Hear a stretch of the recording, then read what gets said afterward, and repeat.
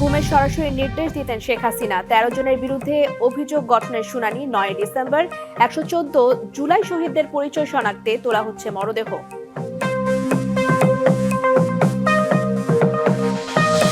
বেগম খালেদা জিয়ার সুস্থতার ব্যাপারে আশাবাদী মেডিকেল বোর্ড। শারীরিক অবস্থা বিবেচনা করে লন্ডন যাত্রা। সর্বক্ষণ পর্যবেক্ষণে তারেক রহমান।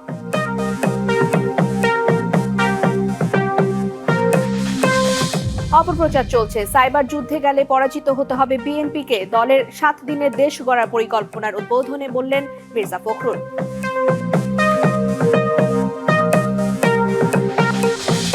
ত্রয়োদশ জাতীয় সংসদ নির্বাচন তফসিল নিয়ে বৈঠকে ইসি। সার্বিক প্রস্তুতির বিষয় জানাতে 10 ডিসেম্বর যাবে রাষ্ট্রপতির কাছে।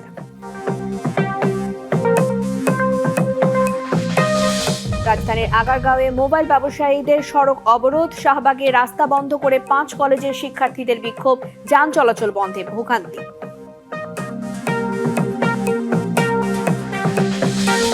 এবং রংপুরে নিজ বাড়িতে মুক্তিযোদ্ধা এবং তার স্ত্রী খুন। হত্যার শিকার যোগেশ চন্দ্র ছিলেন সরকারি প্রাথমিক বিদ্যালয়ের প্রধান শিক্ষক।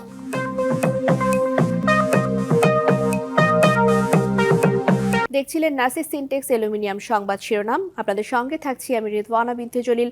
এবার জানাবো খবরের বিস্তারিত।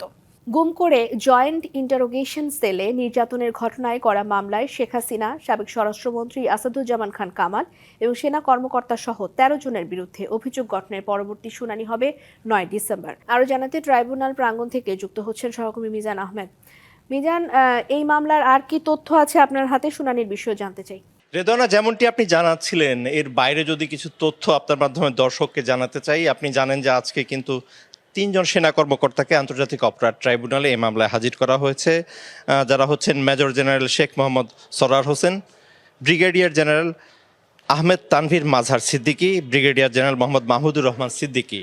এই 3 জনকে কিন্তু আজকে হাজির করা হয়েছে এবং তাদের পক্ষে তাদের আইনজীবী আজকে আন্তর্জাতিক অপরাধ ট্রাইব্যুনালে যেমনটি জানিয়েছেন যে এরই মধ্যে কিন্তু আর্মি অ্যাক্ট 1952 আলোকে কোর্ট অফ ইনকোয়ারি সম্পূর্ণ হয়েছে অবসরপ্রাপ্ত সেনা কর্মকর্তা ব্রিগেডিয়ার জেনারেল আবদুল্লাহিল আমান আজমির গুমের ঘটনায়। এবং সেই যে কোর্ট অফ ইনকোয়ারি হয়েছে, সেই কোর্ট অফ ইনকোয়ারিতে এই 3 জন একজনও কিন্তু দোষী সাব্যস্ত হননি, এই 3 জনের একজনও।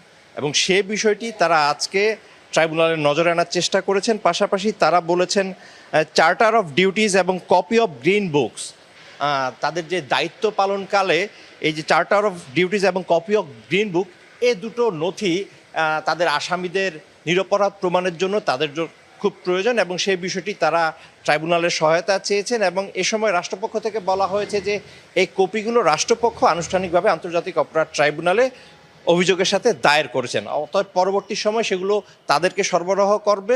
এবং 9 ডিসেম্বর এদের অব্যাহতি চেয়ে যে আবেদন হবে, সেই আবেদনের শুনানিতে এই বিষয়গুলো উঠে আসবে।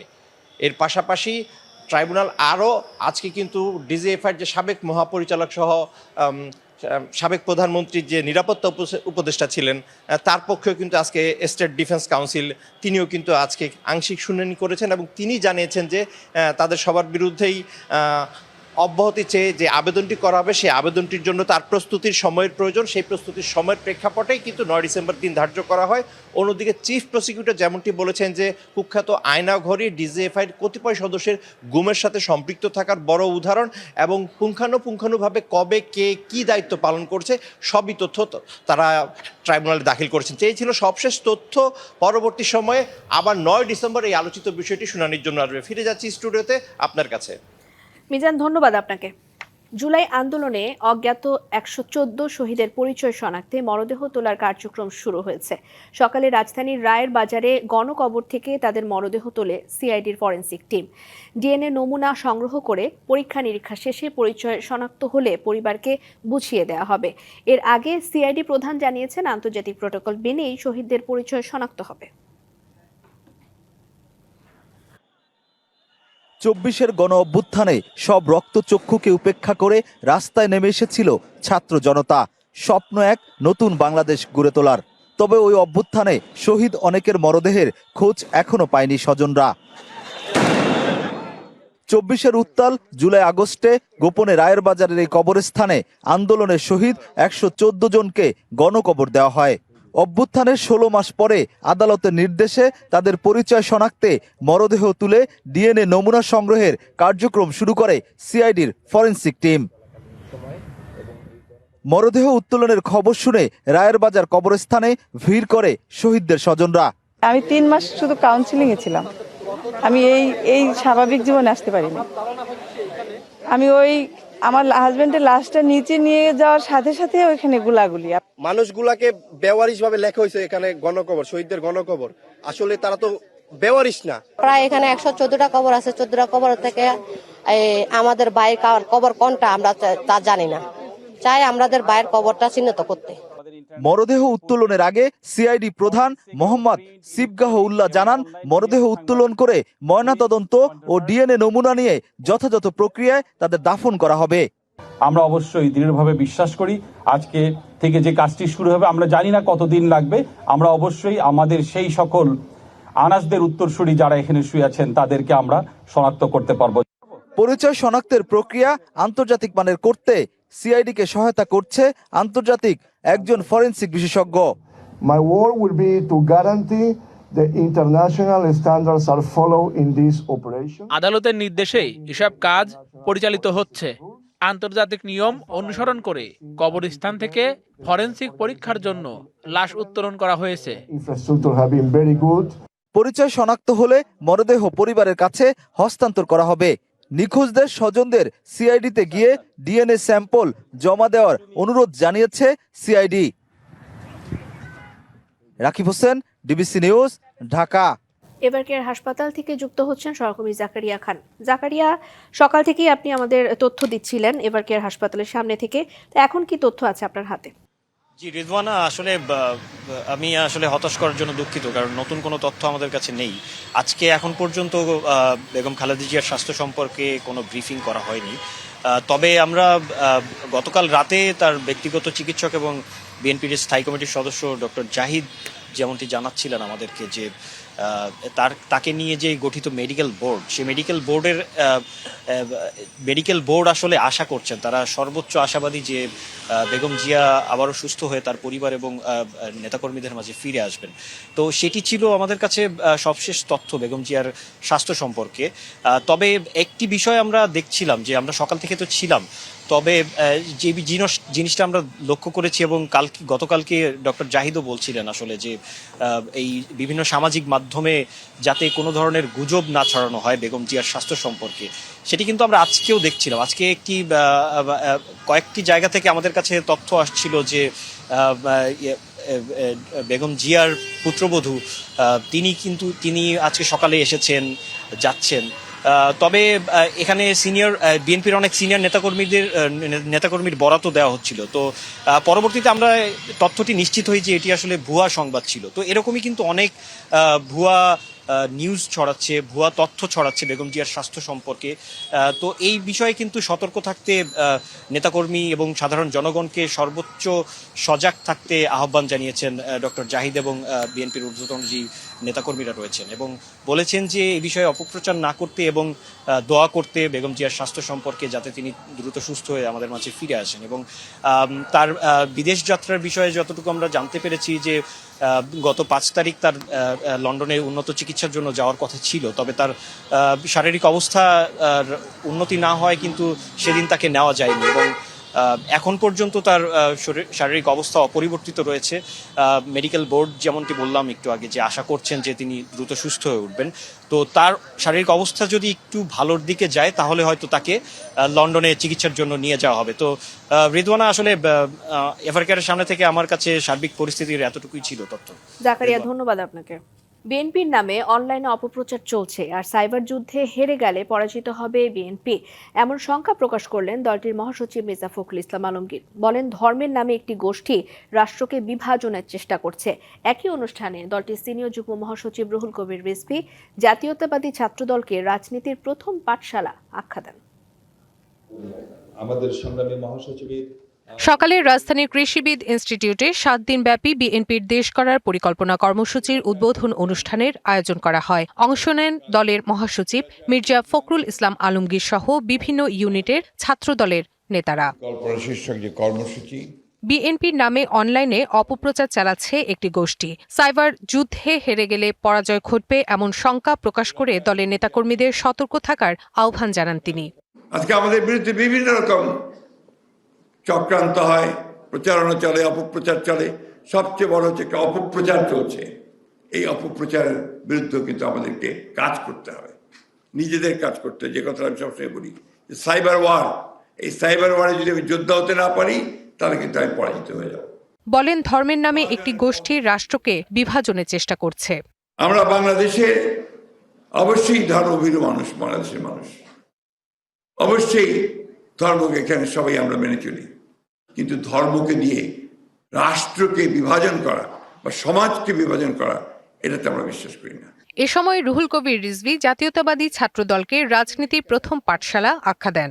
পলিটিক্যাল ক্যাডার হচ্ছে তারাই যারা সেই রাজনীতির তত্ত্ব এবং দর্শনকে অধ্যয়ন করে জনগণের মধ্যে যখন ছড়িয়ে পড়ে তখন সেই রাজনীতিটা সাফল্যমণ্ডিত করে, অর্থাৎ তখন তারা জনগণের শিক্ষকে পরিণত হয়। বিকেলে লন্ডন থেকে এই আয়োজনে যুক্ত হবেন বিএনপির ভারপ্রাপ্ত চেয়ারম্যান তারেক রহমান। শিক্ষকের দায়িত্ব। Rifat Tasnuva, DBC news, Dhaka. ত্রয়োদশ জাতীয় সংসদ নির্বাচনের তফসিল নিয়ে নির্বাচন ভবনে বৈঠক করছে নির্বাচন কমিশন। আসছে ফেব্রুয়ারির প্রথমার্ধে হবে জাতীয় নির্বাচন, তারই জোর প্রস্তুতি চলছে। কয়েকদিনের মধ্যেই আনুষ্ঠানিক তফসিল ঘোষণার কথা রয়েছে। আর এই নিয়েই সিএসি এএমএম নাসির উদ্দিনের সভাপতিত্বে কমিশন বৈঠকে চলছে আলোচনা। 10 ডিসেম্বর বঙ্গভবনে রাষ্ট্রপতির সাথে সাক্ষাৎ করবে নির্বাচন কমিশন। রাষ্ট্রপতিকে অবহিত করা হবে নির্বাচনের সার্বিক প্রস্তুতির বিষয়ে। নির্বাচন ভবন থেকে আরো জানাতে যুক্ত হচ্ছেন সহকর্মী তাহসিনা জেসি। ইসির বৈঠক নিয়ে জানতে চাই। রেদওয়ানা, সকালে আমি যেমনটি আপনাদেরকে জানাচ্ছিলাম যে সকাল 10:30 নাগাদ নির্বাচন কমিশন ভবনে এই বৈঠকটি শুরু হয়েছে এবং ত্রয়োদশ জাতীয় সংসদ নির্বাচনের যে তফসিল সেটি কবে ঘোষণা হতে পারে তা নিয়েই একটি সিদ্ধান্ত কিন্তু এই বৈঠক থেকে আসবে বলে মনে করা হচ্ছে। প্রধান নির্বাচন কমিশনার এএমএম নাসির উদ্দিন এই বৈঠকে সভাপতিত্ব করছেন এবং নির্বাচন কমিশনের গুরুত্বপূর্ণ ব্যক্তিরা এই বৈঠকে উপস্থিত রয়েছেন। আপনারা জানেন যে নির্বাচনের দিন গণভোট হতে পারে, কাজেই গণভোট নিয়েও গুরুত্বপূর্ণ পর্যালোচনা হতে পারে এই বৈঠকে। আমরা দেখেছি যে সকাল থেকে শুরু হয়ে বৈঠকটি দুপুর 1টা পর্যন্ত চলেছে, তারপর 1 ঘন্টা নামাজের বিরতি ছিল এবং দুপুর 2টা থেকে আবার এই বৈঠকটি শুরু হচ্ছে হয়তো। আপনাদেরকে একটু জানিয়ে রাখি যে আসলে নির্বাচন কমিশনের কর্মকর্তারা বলছিলেন যে নির্বাচনের তফসিল ঘোষণার আগে কিছু কাজ থাকে, কিছু প্রস্তুতি থাকে এবং তফসিল ঘোষণার পরে আরও কিছু প্রস্তুতি থাকে। তো তফসিল ঘোষণার আগে যে প্রস্তুতিগুলো রয়েছে সেগুলো ইতিমধ্যে নির্বাচন কমিশন কিন্তু সম্পন্ন করেছে এবং নির্বাচন কমিশনের রেওয়াজ অনুযায়ী প্রধান নির্বাচন কমিশনার নির্বাচনের প্রস্তুতি জানাতে তফসিল ঘোষণার আগে রাষ্ট্রপতির সাথে সাক্ষাৎ করে থাকেন এবং আগামী 10 ডিসেম্বর আমরা শুনেছি যে প্রধান নির্বাচন কমিশনার রাষ্ট্রপতির সাথে সাক্ষাৎ করতে যাবেন এবং এরপরই হয়তো তিনি নির্বাচনের তফসিল ঘোষণা করবেন। তবে সেই অনুযায়ী আমরা আসলে ধরে নিতে পারি যে হয়তো 11 ডিসেম্বর নির্বাচনের তফসিল ঘোষণা হতে পারে, এমনটি ধারণা করা হচ্ছে। একই সাথে আজকের এই বৈঠকে নির্বাচনের গুরুত্বপূর্ণ 9টি বিষয় নিয়ে তারা আলোচনায় বসেছেন এবং গণভোট তার মধ্যে একটি, এবং গণভোট নিয়েও বিস্তারিত আলোচনা হবে আজকের এই বৈঠকে। হয়তো বিকালের মধ্যে এই বৈঠকটি শেষ হবে বলে আশা করা হচ্ছে এবং একজন নির্বাচন কমিশনার বৈঠক শেষে সাংবাদিকদের বৈঠকের সার্বিক প্রস্তুতি বিষয় নিয়ে অবহিত করবেন। এখন পর্যন্ত আসলে আমার কাছে এই তথ্যটুকুই ছিল, হয়তো আমরা পরবর্তীতে আপনাদেরকে আরও বিস্তারিত জানাতে পারবো। ধন্যবাদ জেসি আপনাকে। আমদানি শুল্ক কমানো সহ 6 দাবিতে রাজধানী আগারগাঁওয়ে সড়ক অবরোধ করে আন্দোলন করছেন মোবাইল ব্যবসায়ীরা। এই ঘটনায় যানবাহন চলাচল বন্ধ রয়েছে। আন্দোলনকারীদের দাবি, national equipment identity registrar NEIR বাস্তবায়ন হলে লাখো ব্যবসায়ী ক্ষতিগ্রস্ত হবে। বিশেষ গোষ্ঠীর স্বার্থ রক্ষায় এই নীতি বলে দাবি করেন তারা। এমনকি বাড়তি করের চাপে গ্রাহক পর্যায়ে মোবাইল সেটের দাম বাড়বে বলেও জানান তারা। এদিকে রাজধানীর বিভিন্ন স্থানে আজ মোবাইল হ্যান্ডসেট বিক্রি বন্ধ থাকায় বিপাকে পড়েছেন গ্রাহকেরা।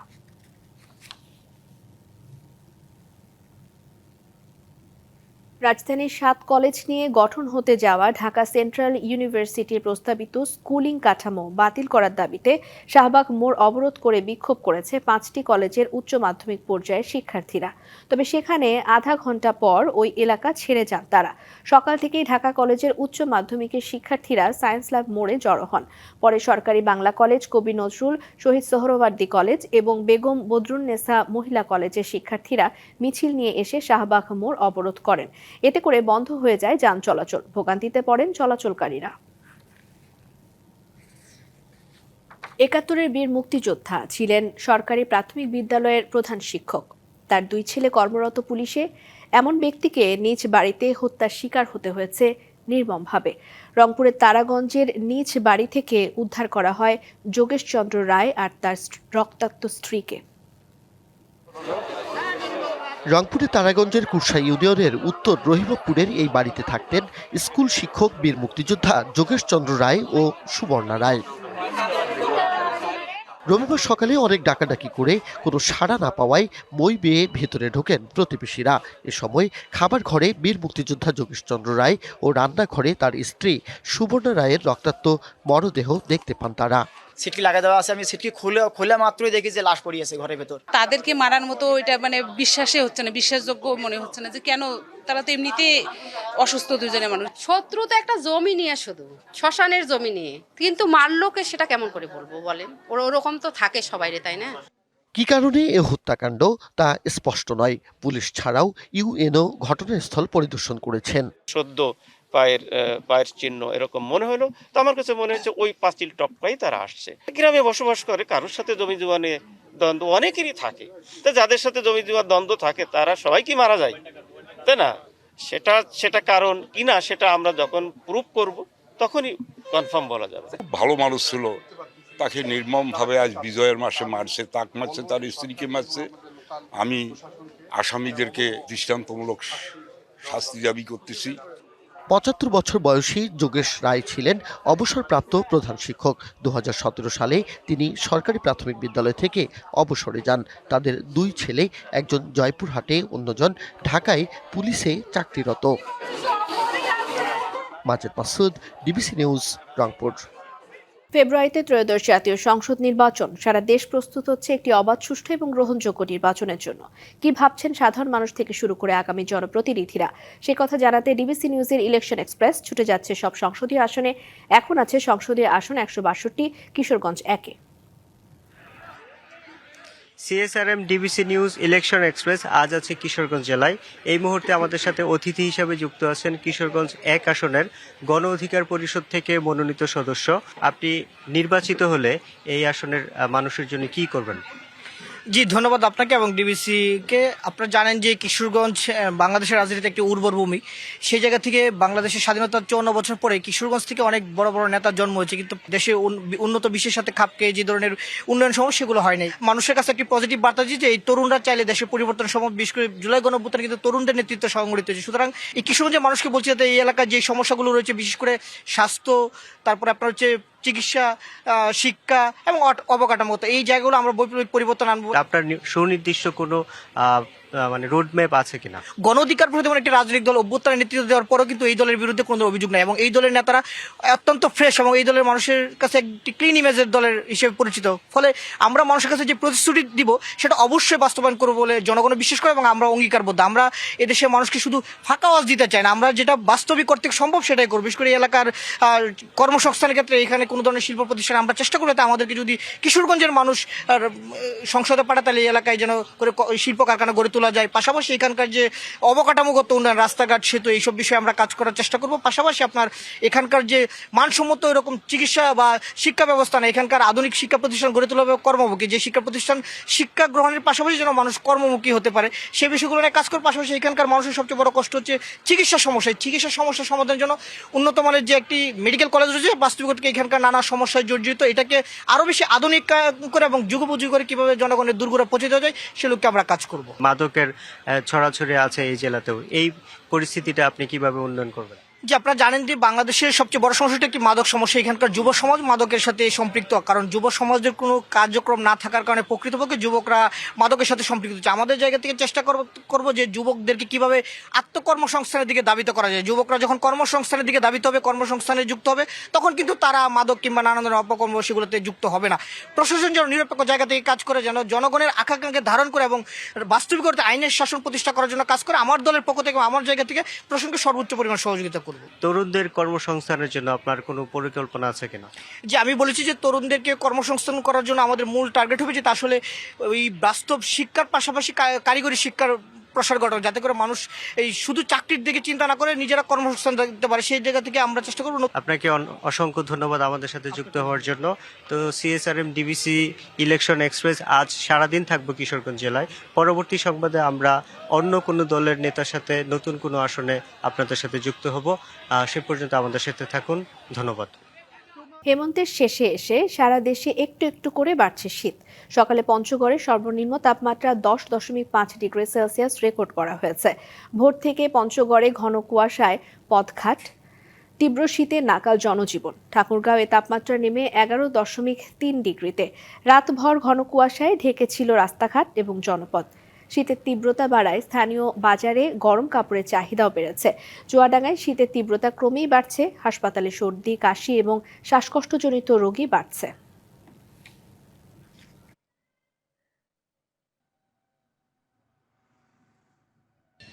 ঠাকুরগাঁও প্রচণ্ড শীত পড়তেছে আর কুয়াশা, বৃষ্টির মতন কুয়াশা পড়তেছে। কুয়াশার জন্য, শীতে ঠান্ডার জন্য আমাদের গাড়িতে লোকজন ওঠে না। ভালোই শীত আছে, ঠান্ডা আছে, মানে কাজকর্ম খুব করা যাচ্ছে না। শীত পড়তেছে বৃষ্টির মতো। মোজা কেস বাইর করছি, কিনতেছি, খুব ঠান্ডা করতেছে।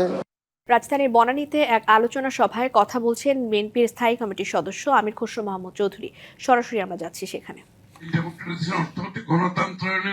অর্থনীতিকে গণতন্ত্রের মাধ্যমে প্রত্যেকটি নাগরিক, শুধু ব্যবসায়ী, প্রত্যেকটি নাগরিকের দেশের অর্থনীতি উন্নয়নে সমান সুযোগ দিতে হবে। তারা যাতে পার্টিসিপেট করতে পারে, তারা যাতে সম্পৃক্ত হতে পারে। কারণ এতদিন এই লোকগুলো কিন্তু সেই সুযোগ থেকে বঞ্চিত হয়েছে। আমাদেরকে সেই সুযোগ, বাংলাদেশের অর্থনৈতিক উন্নয়নের সুফল যাতে সবার কাছে যায়। This is democratisation of economy. সুতরাং আমি মনে করি আমার খুব কিছু বলার নেই। দিস পলিসি আমরা রিভিউ অবশ্যই করব এবং স্টেক হোল্ডারদের সাথে কথা বলে প্রয়োজনীয় পরিবর্তন যা যা করার দরকার সেই পরিবর্তন ইনশাআল্লাহ আমরা নিয়ে আসবো। সবাইকে ধন্যবাদ। ভারতের গোয়ায় একটি নাইট ক্লাবে আগুনে পর্যটক সহ অন্তত 25 জনের মৃত্যু হয়েছে। আহত হয়েছেন কমপক্ষে 50 জন। স্থানীয় সময় শনিবার মধ্যরাতে আরপোড়া এলাকার নাইট ক্লাবটিতে আগুন লাগে। হতাহতের ঘটনায় শোক প্রকাশ করেছেন রাষ্ট্রপতি দ্রৌপদী মুর্মু এবং প্রধানমন্ত্রী নরেন্দ্র মোদী। উত্তর গোয়ার আরপোরা এলাকার জনপ্রিয় নাইট ক্লাব বার্চ বাই রোমিওল্যান্ড শনিবার মধ্যরাতে হঠাৎই আগুন লাগে নাইট ক্লাবটিতে। আগুনের ভয়াবহতা এতটাই তীব্র ছিল যে কয়েক সেকেন্ডের মধ্যেই এর ভেতরের অংশ পুড়ে যায়। ফায়ার সার্ভিসের প্রায় 2 ঘন্টার প্রচেষ্টায় নিয়ন্ত্রণে আসে আগুন।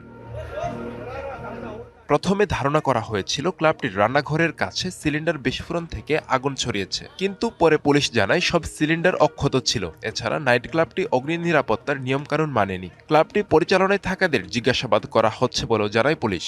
इमीडिएटली पुलिस और फायर ब्रिगेड और एम्बुलेंस वगैरह सब ने रश किया उधर। আগুন লাগার খবর পেয়ে পুলিশ, দমকল বাহিনী ও অ্যাম্বুলেন্স দ্রুত ঘটনাস্থলে পৌঁছে যায়।